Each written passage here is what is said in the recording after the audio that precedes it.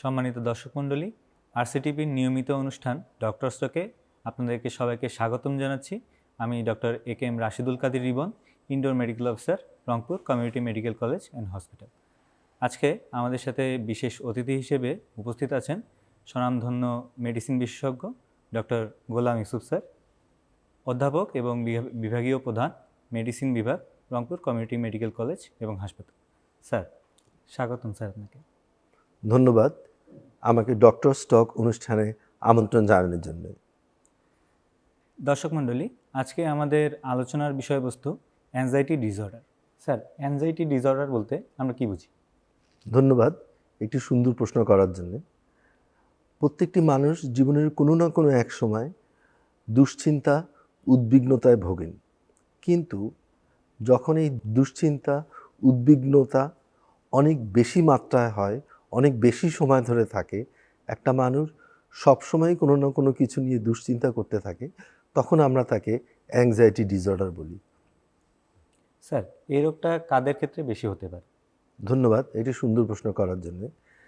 আগে দেখা যেত শুধুমাত্র প্রাপ্তবয়স্ক ব্যক্তিদের মাঝেই অ্যাংজাইটি ডিসঅর্ডারের অসুস্থতাটা থাকতো, কিন্তু বর্তমানে সকল পেশার, সকল বয়সের মানুষের ভিতরেই অ্যাংজাইটি ডিসঅর্ডার কিছু কিছু করে দেখা যাচ্ছে। সবচেয়ে অ্যালার্মিং ব্যাপার হচ্ছে টিনেজার অথবা স্কুলগামী ছাত্রছাত্রীদের ভিতরেও এই অ্যাংজাইটি ডিসঅর্ডার রোগটি পরিলক্ষিত হচ্ছে। স্যার, এই রোগের উপসর্গ বা রোগীরা কিভাবে বুঝবেন যে তাদের অ্যাংজাইটি ডিসঅর্ডার হয়েছে? ধন্যবাদ। এই প্রশ্নটার প্রথমে আমি যে জিনিসটা বলতে চাই যে অ্যাংজাইটি ডিসঅর্ডারকে আসলে তিনটি ভাগে ভাগ করা যেতে পারে, যেমন generalised anxiety disorder, panic anxiety disorder এবং ফবিক অ্যাংজাইটি ডিসঅর্ডার। জেনারেলাইজড অ্যাংজাইটি ডিসঅর্ডারে আক্রান্ত ব্যক্তি সার্বক্ষণিক সময় কিছু না কিছু ঘটনা বা কারণ নিয়ে দুশ্চিন্তা করতে থাকে, সারাক্ষণই সে উদ্বিগ্ন থাকে, একে আমরা জেনারেলাইজড অ্যাংজাইটি ডিসঅর্ডার বলি। আবার কোনো একটা ঘটনার পূর্বে বা কোনো একটা কাজের পূর্বে যখন একজন ব্যক্তি অতিরিক্ত দুশ্চিন্তা বা উদ্বিগ্ন হয়ে পড়েন, তাকে আমরা ফবিক অ্যাংজাইটি ডিসঅর্ডার বা প্যানিক অ্যাংজাইটি ডিসঅর্ডার বলি। তো দুশ্চিন্তা, উদ্বিগ্নতা এগুলোর সাথে আরও কিছু উপসর্গ এ সকল মানুষের ভিতরে থাকে, যেমন ধরেন অতিরিক্ত মাথা ব্যথা হওয়া, অতিরিক্ত ঘাম হওয়া, বুক ধড়ফড় করা, অস্থিরতা লাগা, ঘুম ভালো না হওয়া, কোনো কিছু যে মনোযোগ দিতে না পারা ইত্যাদি। ধন্যবাদ স্যার। স্যার, এই রোগের চিকিৎসা ব্যবস্থা হিসেবে কি কি করা যেতে পারে? ধন্যবাদ আপনাকে একটি সুন্দর প্রশ্ন করার জন্যে।